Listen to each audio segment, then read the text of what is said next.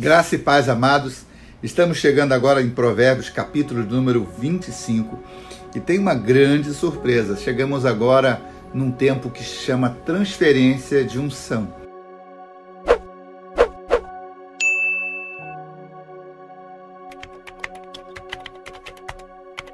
Nesses provérbios novos agora, a gente tem como se fosse um processo de conclusão. Daqui por diante agora, o escritor não será exatamente Salomão, mas discípulos dele. Esses são chamados de provérbios de Salomão, que foram redigidos no tempo do rei Ezequias. Então esses são provérbios de transição, de unção ou de responsabilidade. Se você está comigo aqui agora me ouvindo, eu estou falando aqui agora porque Salomão ensinou, porque Salomão discipulou, porque Salomão treinou.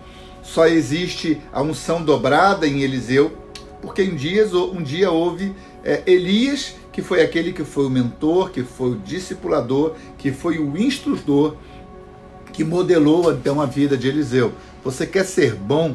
Seja um bom liderado e Deus vai fazer de você um grande líder. Vamos entender então agora esse processo de cobertura e de transição entre grandes líderes e líderes de excelência. O texto diz que também estes são provérbios de Salomão, os quais transcreveram os homens de Ezequias, rei de Judá. Versículo número 2 já começa nos dando uma dica extremamente importante sobre a cobertura de Deus. Olha bem como é que diz essa primeira lição depois da ideia da transferência. A glória de Deus é encobrir o negócio, mas a glória dos reis é investigar. Por que a glória de Deus é encobrir? Porque o Salmo 32 Davi diz o seguinte: enquanto eu guardei os meus pecados, eu não fui abençoado, mas Deus me cobriu de uma multidão de pecados. De fato, a glória de Deus é encobrir o negócio, mas a glória dos reis é investigar. Então, os homens têm a tendência de investigar, mas o soberano rei, ele conhece cada um de nós. Isso aqui quer dizer que Deus conhece cada um de nós. Olha o que diz o versículo de número 3. Para a altura dos céus e para a profundeza da terra e para o coração dos reis não há investigação. A ideia é exatamente essa. Ainda que eu ficasse lá no alto, ou eu fosse lá no fundo, onde quer que eu fosse, eu não poderia fugir da presença de Deus. Deus conhece tudo a meu respeito. Deus é onisciente, Ele é onipresente, Ele é onipotente, Ele é onisciente porque Ele sabe tudo que eu penso. E antes que ainda uma palavra saia da minha boca, Deus conhece o meu pensar. Antes que ainda um passo dê nos meus pés, Ele sabe para onde eu estou indo. Deus, Ele é onipotente, Ele pode todas as coisas. Se Deus pode tudo, não há investigação diante do nosso rei. Os olhos de Deus estão em todo lugar. Então, se Deus sabe o que é o meu amanhã, Ele pode escolher o meu melhor hoje. Então, faça hoje 3 coisas. Entrega teu passado para Deus, porque Ele perdoa. Entrega o teu presente, porque Ele ajeita, endireita e conserta. Entrega o teu futuro, porque Ele te levará com certeza ao teu destino. Todos nós vamos ter que nos ajoelhar. Romanos 14 diz que todo olho vai se dobrar diante dEle. Todos nós vamos ter que confessar que Ele é o Senhor. Versículo de número 4 diz: tira da prata as escórias e sairá vaso para o fundidor. Isso quer dizer... Eu falei que o crisol é para prata. Isso quer dizer que o crisol, aquele instrumento cerâmico, era colocado no fogo, e a prata era colocada dentro do crisol. Quando ia esquentando, ela ia borbulhando e era mexida então pelo sábio fundidor, até que a prata se espelha sobre o crisol e a imagem do fundidor pode ser vista então naquela prata quando a sujeira e a escória da prata acaba. Entenda bem uma coisa: as sujeiras da sua vida precisam ser tiradas. Você precisa ser polido, você precisa ser lixado. Quando Deus encobre os teus pecados, Ele te cobre nele. Isso quer dizer que Ele é o teu esconderijo, Ele é a tua cobertura.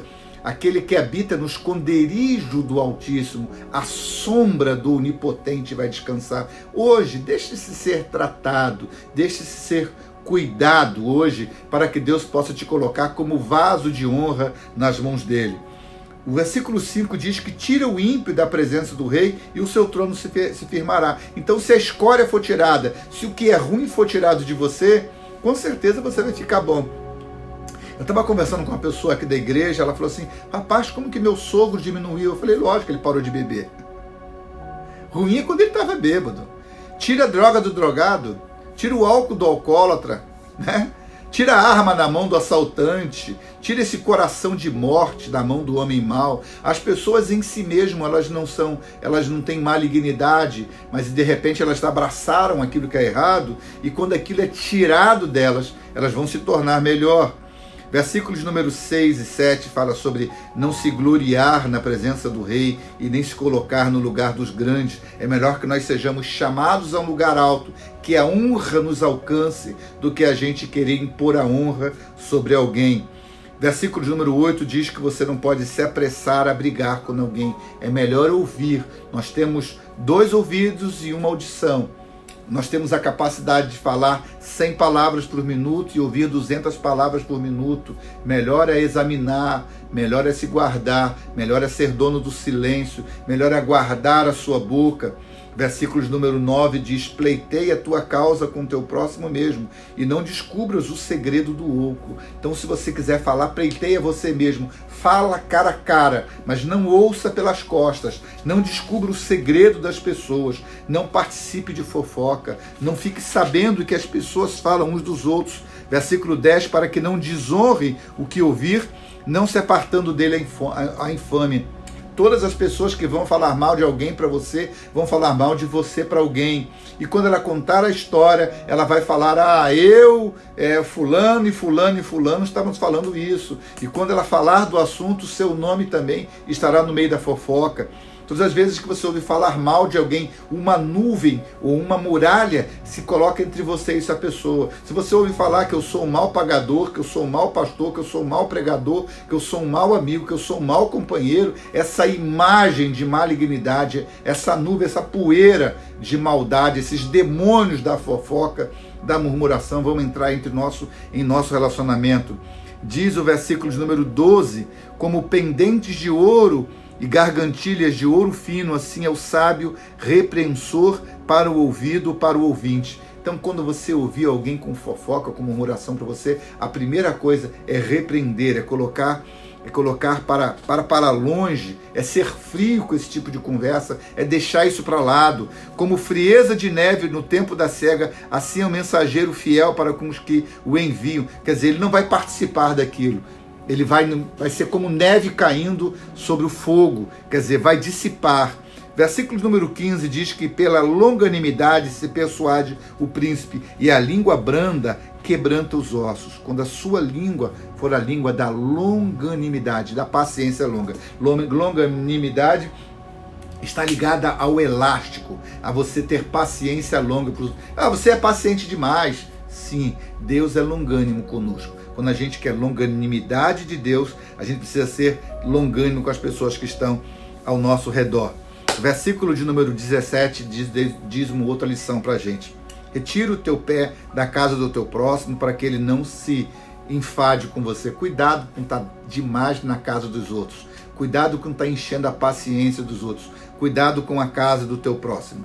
Ainda sobre a língua, tem 3 figuras aqui que falam sobre a língua do homem sábio e a língua do homem que não é sábio. Ele diz o seguinte: martelo, espada e flecha aguda é o homem que levanta falso contra o seu próximo. Isso quer dizer que, olha bem, o martelo, a língua como um martelo, ela despedaça.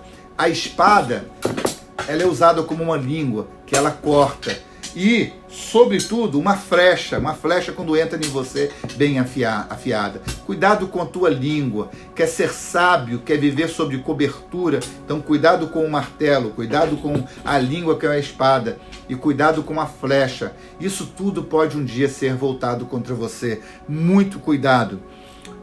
O versículo de número 19, eu não sei quantos de vocês aqui já calçaram um sapato e no meio de um casamento o sapato quebrou, o salto arrebentou.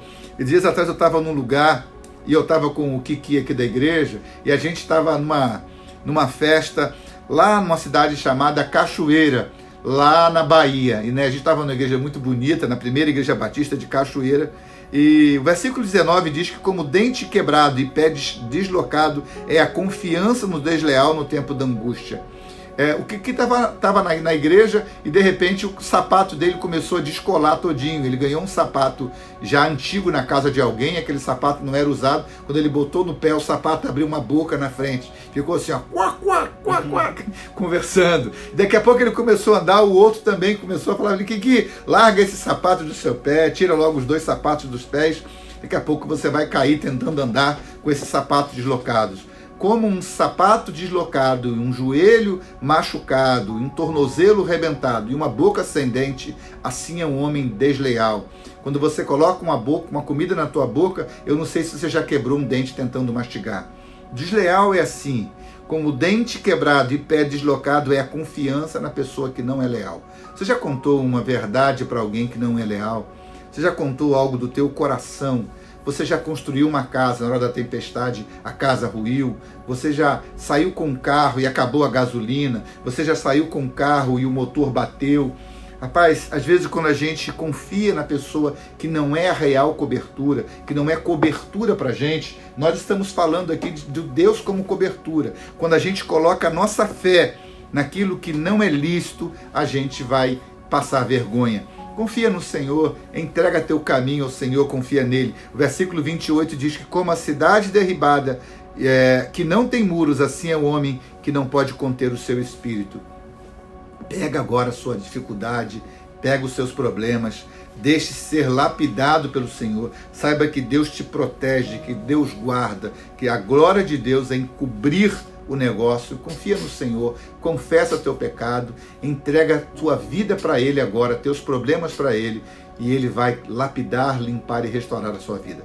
Que o Senhor te abençoe, que o Senhor te guarde. Ele é onisciente, Ele é onipresente, Ele é onipotente e Ele é o Deus, aquele que habita no esconderijo do Altíssimo, a sombra do Todo-Poderoso vai então poder descansar. Graça e paz, Deus te abençoe.